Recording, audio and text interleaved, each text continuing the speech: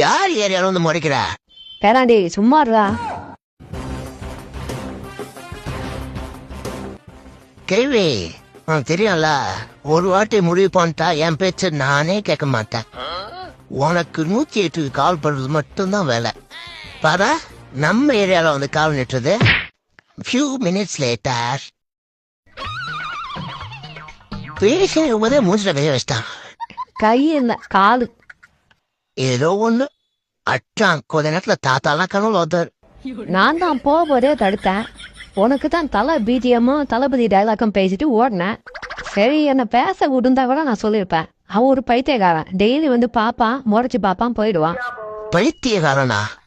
பின்ன என்ன, இது என்ன சினிமாவா? நான் 100 பேர் அடிப்பாங்க சினிமால.